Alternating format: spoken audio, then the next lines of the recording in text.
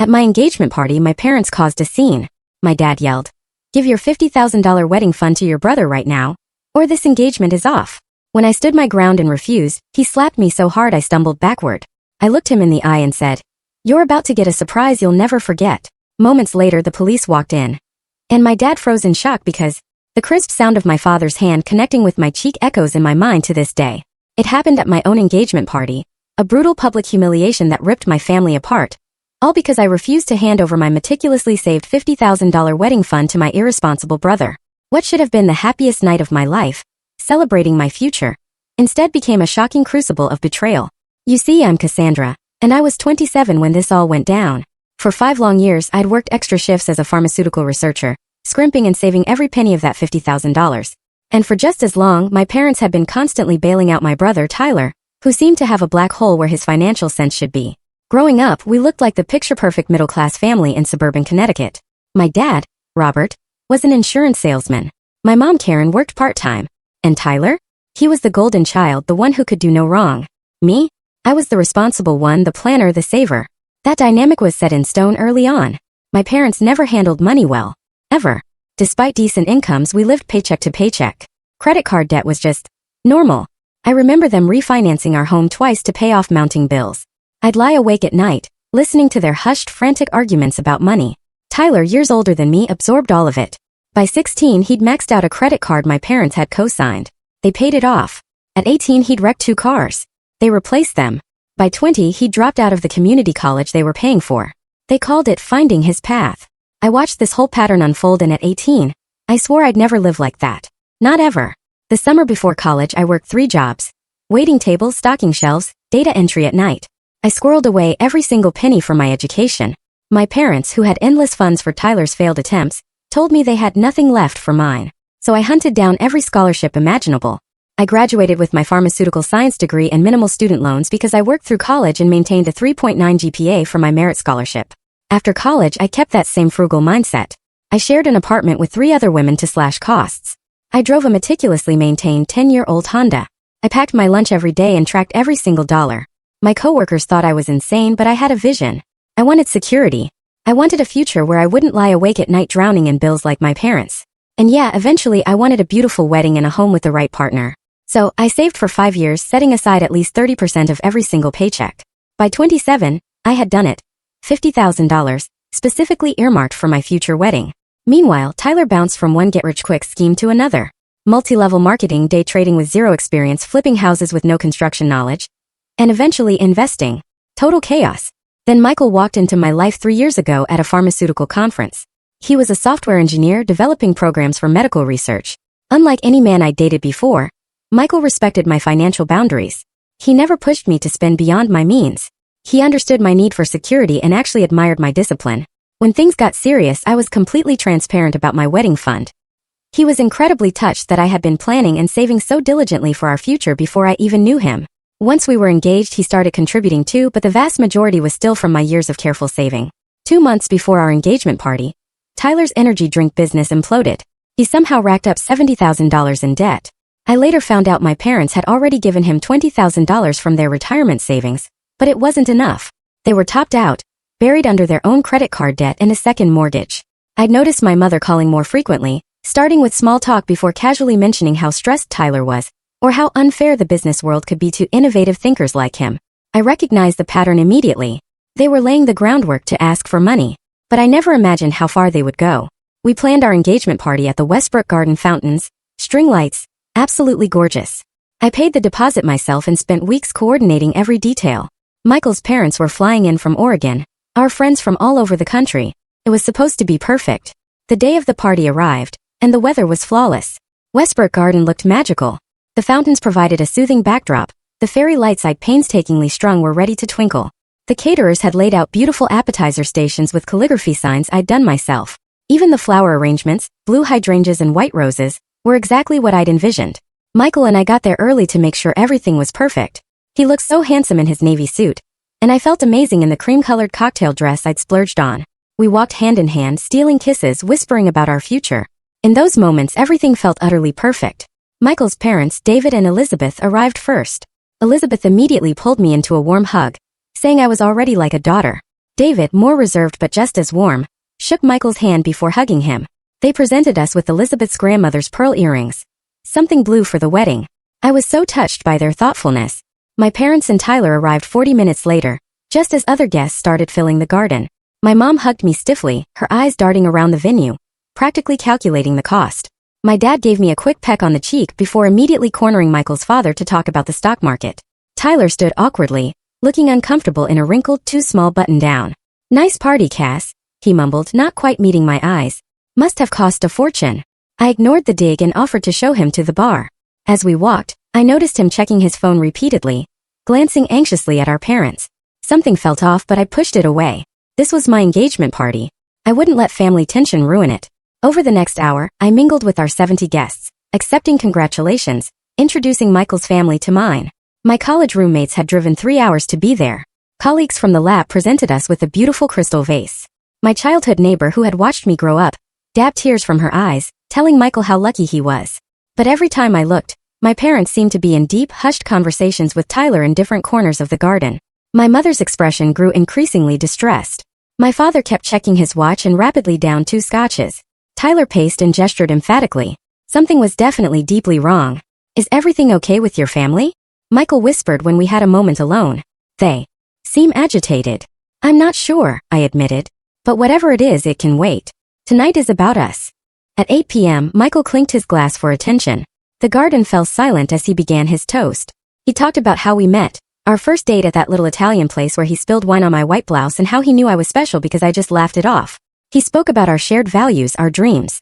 Then he did it again, got down on one knee even though we were already engaged, and asked me to marry him in front of everyone we loved. The crowd erupted in applause as he slid the ring onto my finger and kissed me. For that perfect moment, everything else melted away. I was happier than I had ever been. After the toast, our friends took turns sharing stories and well wishes. Michael's best friend from college recalled how Michael had called him after our first date, certain he'd met his future wife. My best friend Heather shared how she'd never seen me as happy as I'd been these past 3 years with Michael. The joy in the garden was palpable. As the night progressed and dinner was about to be served, I felt a firm hand on my elbow. My father. He was steering me toward a small, secluded alcove away from the main party. My mother and Tyler followed closely behind. Michael was across the garden, deep in conversation with his college roommate. "We need to talk," my father said, his voice tight. The look in his eyes made my stomach drop. Whatever this was, it wasn't going to be good. I let myself be led, feeling the happiness of the evening already slipping away. "Cassandra, we need your help," my father began, his voice uncharacteristically humble. "Tyler is in serious trouble." I looked between them. My father's forced smile, my mother's tearful eyes, Tyler's sullen expression. I'd seen this exact tableau countless times before. "What kind of trouble?" I asked, already knowing where this was heading. "The business fell apart," Tyler mumbled, staring at his shoes. "I owe some people a lot of money.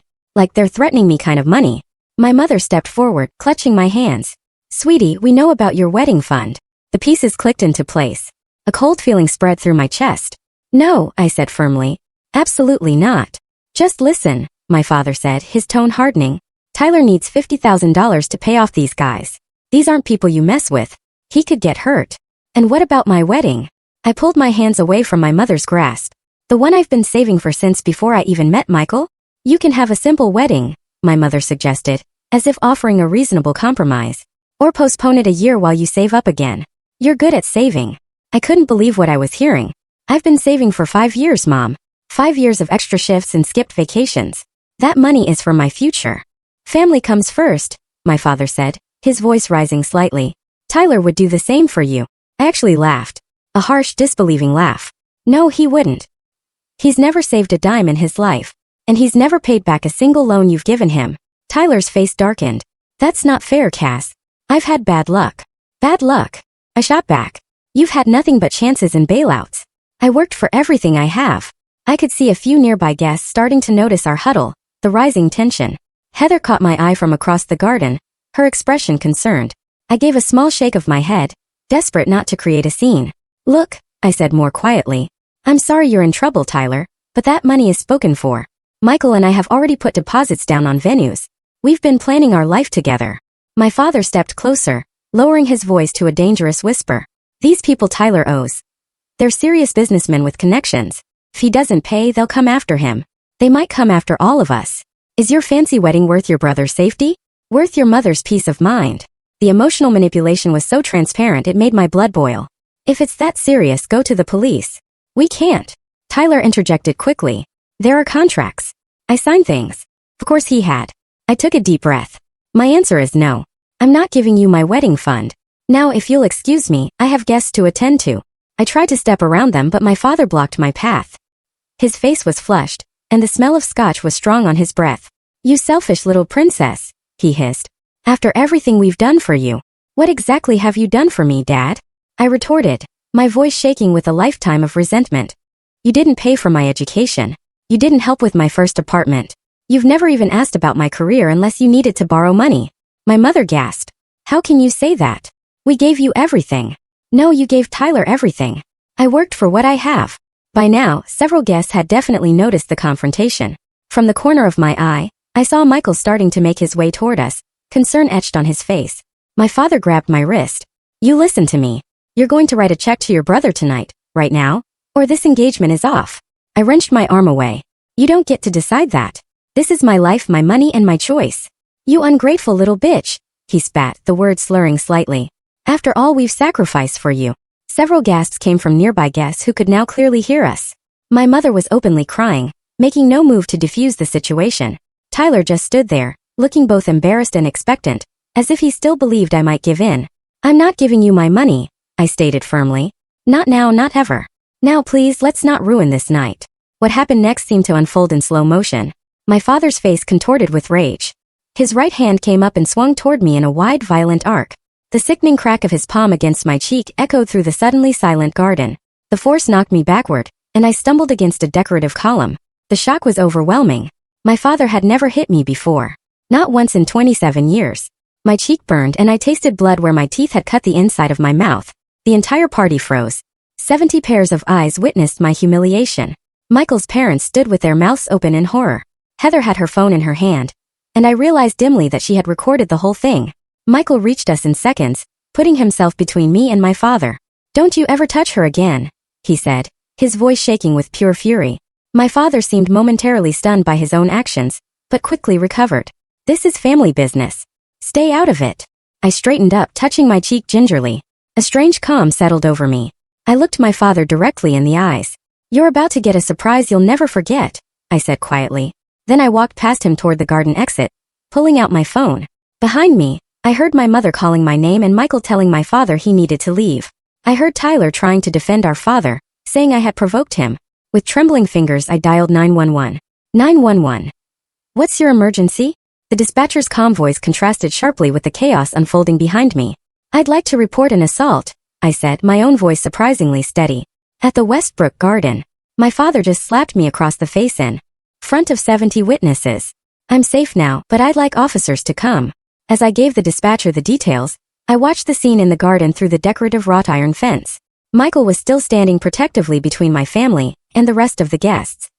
His parents had joined him, flanking him like sentinels. My father was gesturing wildly, his face purple with rage. My mother was crying into her hands, and Tyler looked like he wanted to disappear. The rest of the guests stood in awkward clusters, some openly staring, others pretending to be engaged in conversation while stealing glances at the drama. Heather broke away from the crowd and hurried toward me. Are you okay? She asked, showing me her phone. I got it all on video. Every word, the slap, everything. I nodded, feeling strangely detached. I just called the police. Heather's eyes widened. Good. That was assault, Cass, in front of everyone. She pulled me into a hug.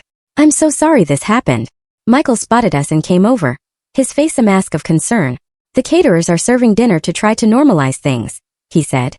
My dad kicked your family out of the main garden area. They're by the front entrance now. He gently touched my cheek, which was still bright red. We should get some ice for that. I leaned into his touch. The police are coming. He nodded without hesitation. Good. I'll support whatever you want to do. This was why I loved him. No questioning, no trying to talk me out of it. Just unwavering support. We could hear sirens in the distance. My father must have heard them too because he suddenly appeared at the garden entrance, my mother and Tyler trailing behind him. You called the police? He shouted, his voice slurring more noticeably now. Over a little family disagreement. Have you lost your mind? You assaulted me in front of 70 people, Dad. That's not a disagreement. That's a crime. I barely touched you. he protested, looking around wildly as if seeking support. Tell them, Karen. It was just a tap. My mother looked torn, her loyalty to my father warring with what she had witnessed. Robert, you did hit her pretty hard, she admitted quietly. Whose side are you on? He snapped at her. 2 police cruisers pulled up to the curb, their lights flashing. 4 officers got out, immediately assessing the situation. I'm Officer Jessica Taylor, said the female officer who approached us first. We received a call about an assault. That would be me, I said, stepping forward. My father slapped me during my engagement party when I refused to give my brother my savings. Officer Taylor nodded professionally, taking out a notepad. And your father is that man there? I pointed to where my father stood, now attempting to straighten his tie and compose himself. Robert Mitchell. The officers split up, 2 staying with me to take my statement while the others approached my father. I explained everything. The history of financial manipulation, the confrontation, the assault. Heather showed them the video she had captured. That's pretty clear evidence, Officer Taylor said after watching it. Would you like to press charges? I hesitated only briefly. Yes, I said. I would. Across the way, I could see my father becoming increasingly agitated as the officers spoke to him. His voice carried across the garden entrance. This is ridiculous. A father can't discipline his daughter anymore. She's trying to let her brother suffer when she has the means to help him. One of the officers was speaking into his radio, and I caught fragments about visible intoxication and combative behavior. There's something else you should know, I told Officer Taylor. I had security cameras installed around the garden for the event. The venue manager helped me set them up because we have gifts and personal items here. They should have captured everything from multiple angles. Officer Taylor raised her eyebrows, impressed. That was smart planning. Can we access that footage? I nodded and waved over the venue manager, who had been hovering nearby. He quickly confirmed that the security system had been recording all evening, and led 2 officers to the control room. My father's face when he realized there were security cameras was a mix of shock and fear. For the first time that evening, he seemed to understand the gravity of what he had done. While we waited for the officers to review the footage, Michael brought me an ice pack for my cheek. His parents assured me they didn't blame me for the disruption, and were appalled by my father's behavior. No one should be treated that way, Elizabeth said firmly, especially not by family. About 15 minutes later, Officer Taylor returned with her partner. The footage confirms your account, she said. We're going to take your father into custody for assault. As if on cue, the other officers approached my father, who had been sitting sullenly on a decorative bench. When they asked him to stand and put his hands behind his back, he exploded. This is insane. She's my daughter. I paid for her to be born. I put clothes on her back. You can't arrest me for disciplining my own child. Sir, your daughter is 27 years old, one officer said calmly, and striking another adult is assault, regardless of your relationship.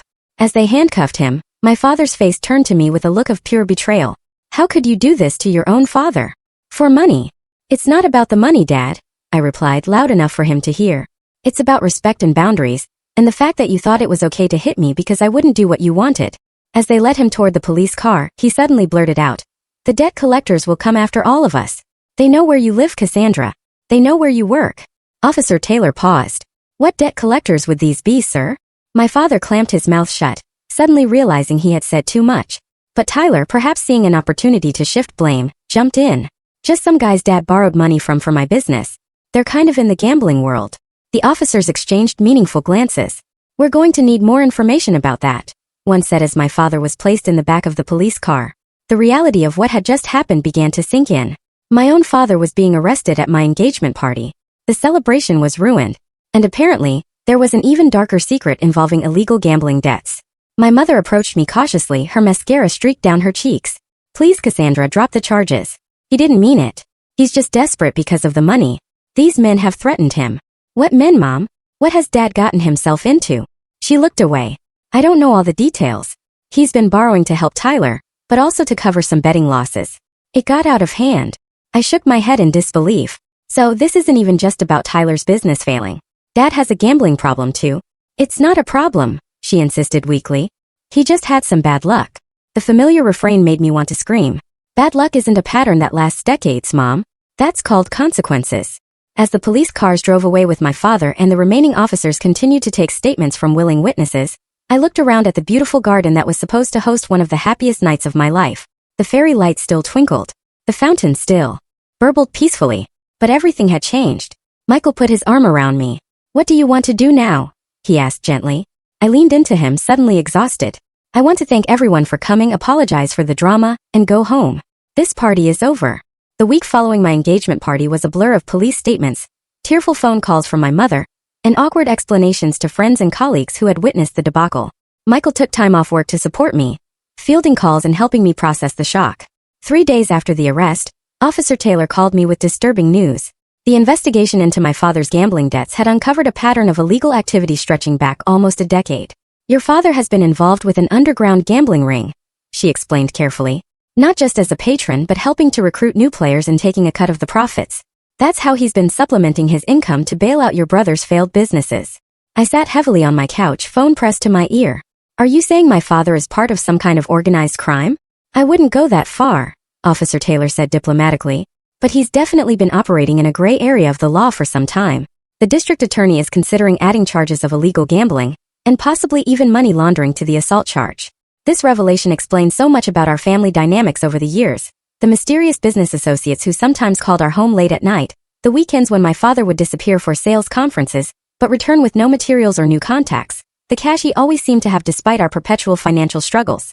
More shocking revelations followed when my Aunt Patricia, my father's sister, called me the next day. I saw what happened on Heather's Facebook, she began. I'm so sorry, Cassandra, but I need to tell you something that might help make sense of all this. She proceeded to tell me that my father had borrowed $15,000 from her 3 years ago, claiming it was for my graduate school expenses. I had never attended graduate school. The money had likely gone to Tyler's failed food truck venture that year. I always wondered why you never thanked me for helping with your education, Aunt Patricia said. Now I understand you never knew.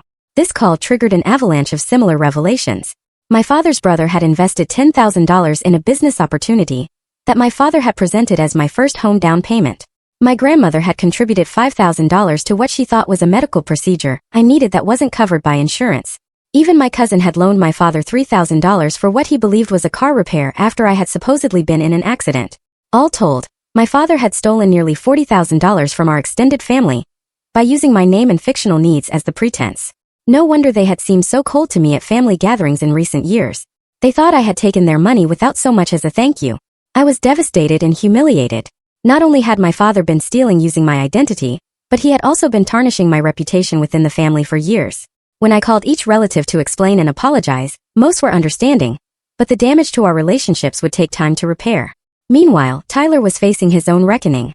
With my father in legal trouble and my mother frantically trying to secure a lawyer she couldn't afford, Tyler was suddenly without his safety net. His creditors were calling, and there was no parental bailout coming this time. He showed up at my apartment unannounced 5 days after the engagement party, looking haggard and desperate.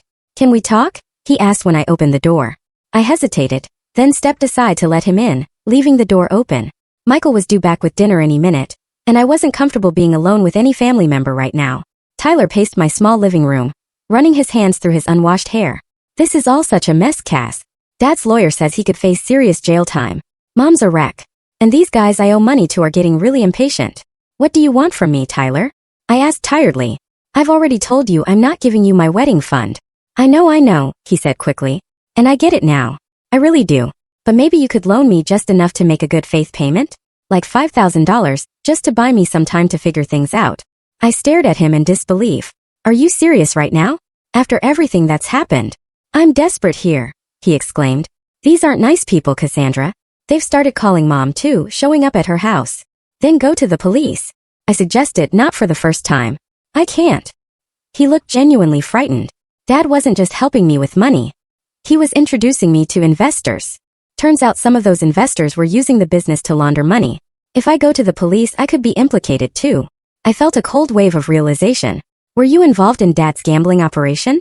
Tyler wouldn't meet my eyes. Not directly. I just knew about it and sometimes let them use my business accounts to move money around. I didn't ask questions. Oh my God. I sank onto my couch. Our entire family is criminal. Not you, Tyler said with a hint of bitterness. Perfect, Cassandra. Always following the rules. Before I could respond, Michael arrived with takeout bags. He assessed the situation quickly, setting the food down and coming to stand beside me. Everything okay here? He asked, his tone making it clear he was ready to ask Tyler to leave if necessary. Tyler was just explaining how he and Dad were involved in money laundering, I said, too exhausted for subtlety. Michael's eyebrows shot up. I think it's time for you to go, he told Tyler firmly. Fine. Tyler headed for the door, then turned back. For what it's worth, I am sorry about what happened at your party. Dad was way out of line. He paused. But you could have just helped family, Cass. That's what we're supposed to do for each other. After he left, I broke down in Michael's arms. The weight of all the revelations, the betrayal, the public humiliation, and the destruction of what family meant to me came crashing down at once. I don't even know who they are anymore. I sobbed. Everything I thought about my childhood, about our family dynamics, it was all built on lies and manipulation. Michael held me tightly. I'm so sorry, Cassandra. No one deserves this. Later that evening, my phone lit up with a text from my mother. Asterisk, your father's bail is set at $25,000. We don't have it. Please help us. He doesn't belong in jail. Asterisk, I showed the message to Michael, who shook his head in amazement. They're still trying to get your money, just in a different way now. I turned off my phone and curled up next to the man who had stood by me through this nightmare. I need some distance from all of them, I decided. At least until I can figure out what kind of relationship is even possible going forward. The next day, I contacted a therapist who specialized in family trauma. As I sat in Dr. Rachel Simmons's office explaining the tangled web of financial abuse, emotional manipulation, and shattered trust, she listened attentively before offering her perspective. What you're describing is a dysfunctional family system that's been in place for decades. She explained.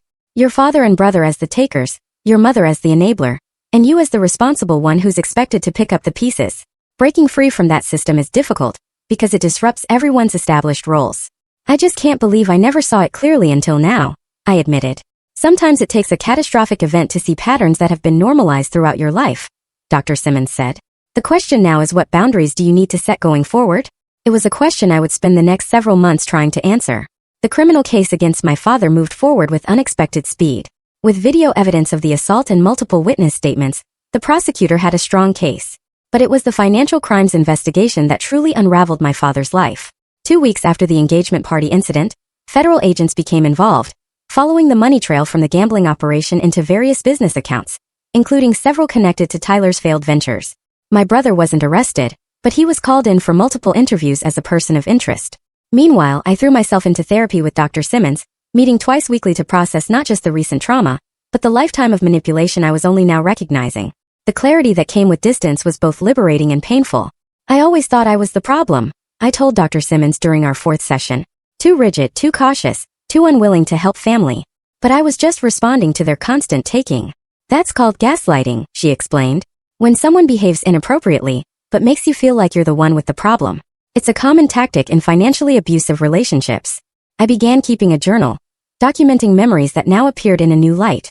The time my father borrowed my first tax refund check when I was 16, promising to return it but never did. The Christmas when Tyler received a car while I got a sweater. Because you're more practical and don't care about material things. The guilt trips when I couldn't attend family events because I was working extra shifts to pay for my education. Michael was my rock throughout this process. He never pressured me to reconcile with my family or to move on before I was ready. Instead, he listened, validated my feelings, and supported my journey toward setting healthy boundaries. I've been thinking about the wedding, I told him one evening as we sat on our small apartment balcony. I don't think I can go through with the big celebration we planned. At least not now. He took my hand. Whatever you want to do is fine with me. We could postpone, have something smaller, or even elope. The important thing is that we're together. His understanding brought tears to my eyes. I think I'd like something small. Just us and a few close friends. Maybe your parents. I don't think I'm ready to face my family at a wedding. My mother continued to call and text daily, her messages oscillating between guilt trips.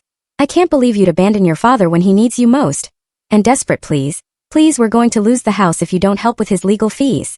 I maintained minimal contact, responding only to provide basic updates about my well-being, but refusing to engage in discussions about money or my father's case. Tyler's situation deteriorated rapidly. Without my parents' financial support, and with his business connections now under federal investigation, he found himself truly on his own for the first time in his life. He was forced to sell his luxury car, move out of his expensive apartment, and take a job as a bartender to make ends meet. 3 months after the engagement party, he called me. Our conversations had been strained and infrequent, but his tone was different this time. I got a reality check, he admitted without preamble. My landlord showed up with an eviction notice, and I realized I had nowhere to go. Mom and Dad can't take me in. All my friends who I thought were so solid suddenly don't return my calls now that I can't pick up the tab. It's like everyone's gone. That sounds really hard, I said carefully, not wanting to offer false sympathy, but acknowledging a struggle. Yeah. Anyway, I found this studio apartment. It's kind of a dump, but it's what I can afford on my bartending salary. and I'm looking into night classes to get some kind of certification. I figure I need a skill that actually pays. That sounds like a good plan, I offered. There was a long pause. I never thanked you properly, he finally said, his voice rough, for paying for that lawyer consultation when Dad was first arrested. I know you didn't have to do that. I had forgotten about that. In the immediate aftermath, I had arranged and paid for an initial legal consultation for my father before the full extent of his crimes became clear. It wasn't much, but it was something. You're welcome, I said. And I'm sorry, Tyler continued, for everything. For the engagement party, for all the money over the years, for not seeing how hard you worked while I just took. I've been a shitty brother. It wasn't a complete acknowledgement of everything that had happened, but it was more accountability than Tyler had ever shown before. Thank you for saying that, I replied. Meanwhile, I reconnected with extended family members who had been victims of my father's schemes. My Aunt Patricia invited me to lunch, and we slowly rebuilt our relationship as she shared stories about my father's youth that helped me understand his obsession with money and status. Your grandfather was very hard on him about providing for his family, she explained. Nothing Robert ever earned was enough. I think he's been trying to prove himself his whole life. Understanding didn't excuse his behavior, but it helped me contextualize it.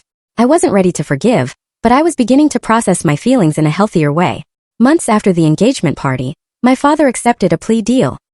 He would serve 18 months in a minimum security facility for the financial crimes, with the assault charge resulting in probation to be served after his release. He would also be required to pay restitution to the family members he had defrauded and attend mandatory financial counseling and gambling addiction treatment. My mother was devastated by the sentence, claiming it would destroy what remained of our family. She had maintained her stance as my father's defender throughout the proceedings, minimizing his actions and placing blame on everyone from the prosecutors to Tyler's business partners to me for overreacting to the slap. Will you at least come say goodbye to him before he reports to prison next month? She begged during one of our infrequent phone calls. I considered it carefully, discussing the request with Dr. Simmons. I think I need closure, I decided. Not for him, but for me. The meeting at my parents' house was tense and awkward. My father looked older than his 58 years, his face lined with stress and defeat. My mother hovered anxiously, repeatedly offering coffee and cookies as if we were having a normal family visit. Thank you for coming, my father said stiffly when we were finally seated in the living room. Your mother thought it was important. I waited, hoping for an apology and acknowledgement, anything that would indicate genuine remorse. But my father just sat there looking uncomfortable and slightly resentful. Is there something you wanted to say to me? I finally asked. He shifted in his seat. I'm sorry things got so out of hand at your party. I was under a lot of pressure. It wasn't a real apology, just another excuse. I nodded, accepting that this was probably the best I would get. I hope the counseling helps, I said. And I hope when you come home, you'll have found healthier ways to deal with pressure. As Michael and I left, my mother followed us to the door. He really is sorry, she insisted. He just doesn't know how to say it. I know, Mom, I said, giving her a brief hug. Take care of yourself while he's gone, okay? Focus on your own healing. In the car, Michael asked if I was all right. Actually, yes, I realized. I didn't get the apology I wanted, but I don't need it anymore. I know who they are now. I know who I am. And I know the kind of life and family I want to build going forward. That evening, we revisited our wedding plans. We decided on a small ceremony in a botanic garden with just 30 guests, including Michael's family and our closest friends. We would use part of my wedding fund for the celebration, put another portion toward a down payment on a small house, and use the remainder for therapy and building our new life together. Are you sure? Michael asked. That money was for your dream wedding. I smiled, feeling more certain than I had in months. Dreams change. I don't need a fancy party to prove anything anymore. I just need us, building something healthy and real together. As we finalized our new wedding date, I felt a weight lifting. For the first time since the engagement party disaster, I was looking forward to the future again. 6 months after the engagement party that changed everything, Michael and I stood hand in hand in the Riverside Botanic Garden, surrounded by 30 of our most trusted friends and family members. The October afternoon was crisp and bright, with maple leaves in vibrant shades of red and gold creating a natural canopy above us. I wore a simple ivory sheath dress that cost a fraction of the elaborate gown I had originally planned. Michael was handsome in a charcoal suit with a blue tie that matched the late-season hydrangeas in my bouquet. As we exchanged vows, I felt none of the anxiety that had plagued me in the weeks following my father's arrest. Instead, I was filled with a calm certainty that I was exactly where I belonged, with exactly the right person. Michael's parents had been incredibly supportive throughout our reimagined wedding planning. Elizabeth had helped me find my dress during a weekend shopping trip that became a healing experience in itself.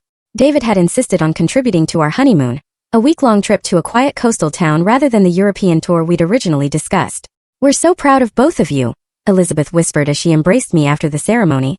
The way you've handled everything shows what a strong foundation you have. My mother attended the wedding alone, dressed conservatively and keeping mostly to herself. She had been making efforts to rebuild our relationship, attending 3 family therapy sessions with me and Dr. Simmons. While progress was slow, she had begun to acknowledge her role as an enabler in our family's dysfunction. "You look beautiful," she told me during our mother-daughter dance, which had replaced the traditional father-daughter dance. "I'm trying to understand your choices better. Dr. Simmons is helping me see things differently." My father, 2 months into his 18-month sentence, had sent a brief note of congratulations via my mother. I had read it once, acknowledging the small step it represented, and then tucked it away. His journey toward accountability would be long, and I was no longer waiting for his approval or validation. Tyler had surprised me by declining his invitation to the wedding. "I don't think I'd make things better by being there," he had explained during one of our now monthly phone calls. "I'm still working on my stuff, and this day should be happy for you." It was perhaps the most mature decision my brother had ever made, and I respected him for it. He had been attending Gamblers Anonymous meetings and working steadily at the bar, even receiving a promotion to shift manager. Small steps but in the right direction. After the ceremony, we gathered in the garden's glass-enclosed pavilion for dinner. The intimate setting allowed for genuine conversations, rather than the superficial mingling of larger weddings. Heather, who had stood beside me as my maid of honor, clinked her glass for a toast. "I've known Cassandra since college," she began. "She's always been the most determined, disciplined person I know. But this past year I've seen a new kind of strength in her.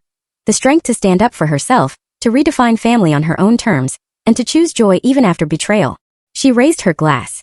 "To Cassandra and Michael, may your marriage be built on the incredible foundation of respect, honesty, and true partnership that you've already established." As applause filled the pavilion, I leaned into Michael's embrace, thinking about how differently this day had turned out from what I had originally envisioned. The elaborate venue, extensive guest list, and lavish details I had once thought essential had fallen away, revealing what truly mattered: commitment, integrity, and authentic connection. Some of my wedding fund had indeed gone to therapy sessions, both individual and family. Another portion had been set aside as a down payment on the modest 3-bedroom house we had closed on last month. The remainder covered this smaller, more meaningful celebration. I regretted none of these decisions. During the months of healing and rebuilding, I had connected with other survivors of family financial abuse through an online support group recommended by Dr. Simmons. Their stories helped me realize how common this pattern was, and how difficult it could be to break free from family expectations, especially for women. I had even begun volunteering with a financial literacy program for young adults, sharing my experience as a cautionary tale while teaching practical budgeting skills. As the evening progressed and our guests enjoyed the simple but elegant dinner we had chosen, I stepped outside for a moment of quiet reflection. The botanical garden was peaceful at dusk, with pathways lit by subtle ground lighting and the last rays of sun filtering through the trees. Michael found me there a few minutes later, draping his jacket around my shoulders against the October chill. "Any regrets?" he asked softly. I turned to look at him, this man who had stood by me through the most challenging year of my life. "Not one," I answered honestly. "I wish things had been different with my family. I wish my father had been the man I thought he was growing up. But I don't regret standing my ground. And I definitely don't regret marrying you today. Exactly like this." He smiled, pulling me close. "I'm so proud of you.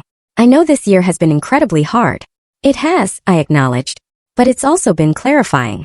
I know now that respect can't be bought. Boundaries aren't selfish. And real love doesn't come with financial strings attached." We returned to our reception where our chosen family awaited. My colleague from the lab had brought her homemade tiramisu instead of a store-bought gift.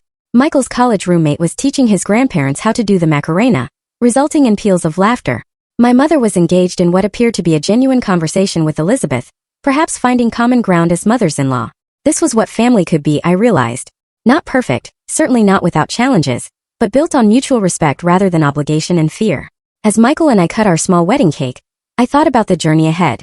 We would build our life together deliberately, making conscious choices rather than following prescribed paths. I no longer felt the need to prove my worth through an expensive wedding, or to earn my family's approval through financial sacrifice. The freedom in that realization was perhaps the greatest gift of this difficult year. Later that night, as we danced under string lights to our last song, I whispered to Michael, "Thank you for helping me learn what real family means." He kissed my forehead gently. "We're just getting started," he promised. And as our guests surrounded us with love and well wishes, I knew it was true. The family we would build together would have different values, different patterns, and different definitions of loyalty than the one I had grown up in. That family had been built on financial dependence, unspoken obligations, and the fear of saying no. Ours would be built on mutual support, honest communication, and the freedom to set healthy boundaries. The road to healing would be long, My relationship with my parents and brother would continue to evolve, with setbacks and difficult conversations alongside moments of genuine connection. But I had taken the first and hardest step, standing up for myself and refusing to participate in destructive patterns, even when it meant facing rejection and anger from those I had been taught to please at all costs. As we bid farewell to our guests and prepared to begin our married life, I felt a sense of peace that had eluded me for most of my life. The $50,000 wedding fund that had triggered so much drama had ultimately given me something far more valuable than the perfect celebration. It had given me the chance to redefine family on my own terms. What are you thinking about? Michael asked as we drove away from the garden, our simple reception finished, our new life together just beginning. I'm thinking that sometimes the hardest moments lead to the most important growth, I replied. And I'm thinking how grateful I am that we get to decide what our future looks like together.